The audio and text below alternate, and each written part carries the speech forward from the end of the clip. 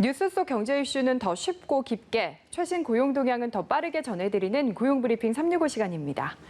박상률 기자 안녕하세요. 네, 안녕하십니까. 네, 오늘 이슈는 뭔가요? 오늘도 뉴워드부터 좀 시작을 해보도록 하겠습니다. 이슈랑 굉장히 밀접한 주제가 있는 단어인데 포모 증후군이라는 말이 있습니다. 집단에서 뒤처지는 게 두려워서 불안감을 느끼는 현상을 말합니다. 예를 좀 들어볼까요? 주말에 우연히 홈쇼핑에서 품절, 임박, 한정 수량 이런 단어 보고 나면 전혀 내가 구매할 예정이 없던 물건인데 갑자기 나 이거 빨리 사야 되지 않나라는 충동적인 마음이 생겨서 구매를 하게 됩니다. 이게 바로 포모 증후군의 대표적인 사례입니다. 최근에 이 포모 증후군이 아주 크게 나타나는 분야가 있습니다. 잘 알고 계시다고요? 네, 제가 요즘 포모 증후군을 많이 느끼는데 네. 주식, 비트코인 같은 가상화폐가 너무 올랐잖아요. 그렇죠. 제가 안 하거든요. 아, 손해보는 것 같아요. 빨리 하셔야 되는 거 아닙니까, 그러면? 이런 얘기를 주변에서 엄청 많이 듣습니다. 그러면 포모 증후군이 확 밀려드는 거죠. 그렇죠. 예, 바로 그겁니다. 지금 이 가상화폐 투자에도 뒤처지지 않으려는 심리가 작용을 하면서 암호화폐 계좌 수가 폭발적으로 늘어났다고 합니다. 김병욱 더불어민주당 의원에 따르면 2월 기준으로 4대 가상화폐 거래소에 개설된 계좌 수는 250만 개 정도 됩니다.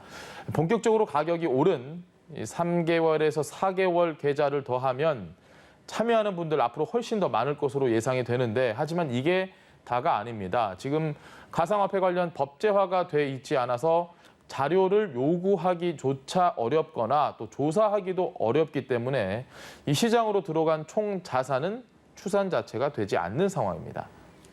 네, 그런데 최근에 이제 조금 회복하긴 했지만 예. 가상화폐 시장이 많이 폭락을 했잖아요. 예. 좀 소갈이 하셨던 분들 많을 것 같아요. 소거래 하실 뻔했는데 천만다행입니다.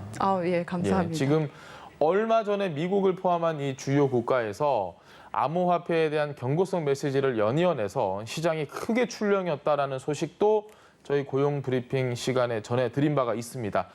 자, 이후에 또 은성수 금융위원장의 발언으로 시장이 발칵 뒤집어졌습니다.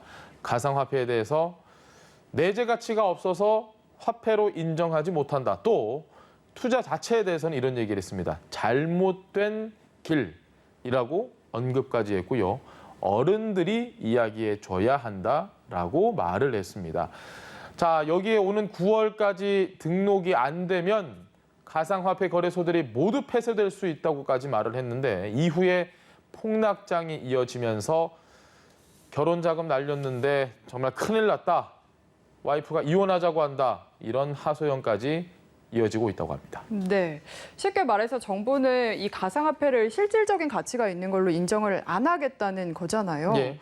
이게 후폭풍이 대단했는데 특히 20, 30대가 많이 분노를 했더라고요. 정말 납득하기 어려운 이야기다라고 말씀하시는 분들이 굉장히 많습니다. 청와대 게시판에서는 지금 은 위원장의 자진 사퇴를 요구하는 국민청원까지 등장을 했습니다. 내년부터는 이 가상화폐를 통한 차익에 소득세, 그러니까 세금을 부과할 예정인데 그러다 보니까 투자자들 입장에선 아니 우리를 보호해주지 않는데 왜 세금은 내라고 하느냐 비판의 목소리 낼 수밖에 없는 상황입니다. 특히 최근 가상화폐 시장을 움직이는 이 큰손이 2030 젊은 세대들이라는 분석도 있는데요. 청년들이 가상화폐 시장에 뛰어드는 원인 또 이들의 소비 문화를 두고 우려의 목소리가 아주 큰 상황입니다. 네, 가상화폐 시장을 움직이는 큰 손이 2030 세대다. 예, 그만큼 많이들 뛰어든다는 뜻이겠죠? 맞습니다. 수치를 좀 보면 확실히 나오는데요. 올해 1분기 새롭게 가상화폐 투자에 뛰어든 10명 가운데 6명이 2030 세대입니다. 주요 4대 거래소에 따르면 올해 1분기 신규 가입자는 모두 249만 5,289명이나 됩니다. 연령대별로 좀 살펴볼까요? 2030 세대가 전체의 63%를 차지하는 겁니다. 전문가들은 이렇게 이야기합니다. 지금 가상화폐 광풍을 우리 사회의 여러 문제가 담긴 현상으로 봐야 한다라고 지적을 하고 있습니다. 먼저 부동산 값, 글쎄요. 이건 살 수 없을 정도로 지금 폭등을 해서 내가 일해서 벌어들인 노동소득만으로는 절대 자산을 늘릴 수 없다라는 절망감이 생겨나면서 청년 세대가 이 가상화폐를 생존의 문제로 바라보고 있다는 겁니다. 앞으로 이런 시각은 더 늘어날 것이라는 게 전문가들의 전망입니다. 네, 이렇게 젊은 세대들도 뛰어들고 제 주변에 보면 사실 40, 50대 분들도 정말 관심이 많은데 네. 이렇게 그야말로 열풍이 이어지다 보니까 이제 약간은 사기라고 해야 될까요? 그럴 수밖에 자신들이 없죠. 추천한 종목 이거 올라간다 이런 식의 이야기들이 많아서 피해를 본다고 하더라고요. 실체는 없는데 모이는 돈은 많고 처음 오시는 분들도 많고 당연히 사기 같은 이런 범죄 행위 발생하는 건수도 많이 늘어나고 있고요. 그 우려가 굉장히 높습니다. 주식 리딩방처럼 뭐 손쉽게 어디서나 찾을 수 있는데 하나같이 높은 수익률을 달성했다는 자신들의 성과를 강조합니다. 100%, 1000%.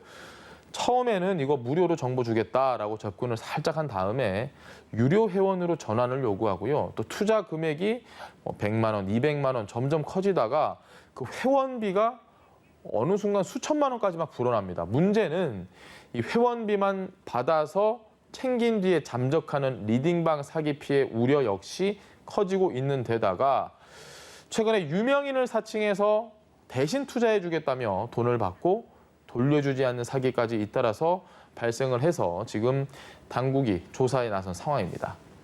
네, 이렇게 피해 사례도 많고 또 최근에 가상화폐가 폭락을 한 거를 모두가 예. 확인을 했는데도 광풍이 사그라들지는 않거든요. 좀 어떻습니까? 주식시장에서 보통 저가가 되면 지금이 살 때다라고 드시는 분들 많잖아요. 곳곳에서 경고가 굉장히 많이 나오고 있습니다. 위험하다, 뭐 여러 가지 불안 요소들을 이야기하는 분들이 많은데 특히나 이 널뛰는 변동성 굉장히 위험하거든요. 그런데 오히려 이때가 저가 매수의 기회다라고 생각하시고 들어오시는 분들 많습니다. 왜냐하면 3년 전에 2018년이죠. 이미 가격이 폭락한 이후에 그 이후로 지금 급등하는 모습을 보셨잖아요. 그러다 보니까 언젠간 다시 오를 것이다라는 내성이 생겼기 때문입니다. 자, 여기에 앞서 짚어봤던 것처럼 저희가 오늘 포모 증후군으로 이야기를 시작을 했는데 다들 뭐 옆집 사람, 윗집 사람, 친구, 형제 다 가상화폐로 지금 돈을 벌고 있는 모습만 보고 계신 것 같으니까 나만 좀 뒤처지고 있는 게 아닌가, 나도 빨리 뛰어들어야 된다라는 그 불안감 때문에 아마 앞으로 조금 신중하게 들어가야 될 것 같은데 어쨌든 투자에 뛰어들 사람은 더 증가할 것으로 보입니다. 네, 그런데 걱정인 게 정부가 사실 가상화폐로 할지 가상자산으로 할지 뭐 용어도 정립을 못한 상황이고요. 예. 이 투기는 투기이기 때문에 우리가 뭔가 보호를 해줄 수 없다라는 입장인 거잖아요. 정부의 입장에 지금 굉장히 촉각을 저희가 곤두세우고 있는데요. 정부는 지금 가상화폐 투자를 현실로 받아들여야 되는데 이걸 받아들이지 못한다라고 전문가들이 좀 지적을 하고 있습니다. 화폐나 금융상품으로 인정을 하지 않는다고 하더라도 관리만큼은 이 제도권에 포함을 시켜서 좀 해야 한다라는 설명입니다. 일본 같은 경우를 좀 볼까요? 정부가 승인한 가상화폐를 상장한 거래소만 운영이 가능하고 또 거래소의 이용자 보호 의무를 법제화해서 제도권 안으로 끌어들였습니다. 미국 뉴욕주는 거래소가 암호화폐를 취급할 수 있는 면허 제도를 시행을 하고 있습니다. 사업자가 거래소 등록을 하려면 운영 구조, 또 위험관리 감독 등을 주금융감독청으로부터 평가를 받는 건 기본이고요. 등록을 한 이후에도 지배 구조나 재무 상태 등 주정부에 주기적으로 보고를 해야 합니다. 네, 일본은 그렇고 그러면 우리나라는 어떤 형태로 운영되고 있나요? 이게 우리나라에서는요, 지금 가상화폐 거래소가 전자상거래법상 통신판매 업체입니다. 이 때문에 금융당국의 감시를 받지 않습니다. 전문가들은 이렇게 이야기합니다. 정부는 거래소를 승인해주면서 최소한 거래소가 이 정도는 지켜야 된다라고 하는 방침을 정해야 한다라는 조언을 하고 있는데요. 법이 만들어지기 전까지는 이 거래소가 책임을 지고 만약에 공시를 했는데 그 공시가 거짓말이다, 허위 공시를 했다거나 그런 일이 있으면 처벌을 하겠다라는 걸 법으로 정해야 한다는 겁니다. 네, 사그라들지 않는 가상화폐 투자 열기 속에 실질적인 투자자 보호를 위한 제도적인 검토가 이루어질 수 있을지 주목해야겠습니다. 오늘도 박상률 기자와 함께했습니다. 고맙습니다. 네, 감사합니다. 지금까지 고용브리핑 365였습니다.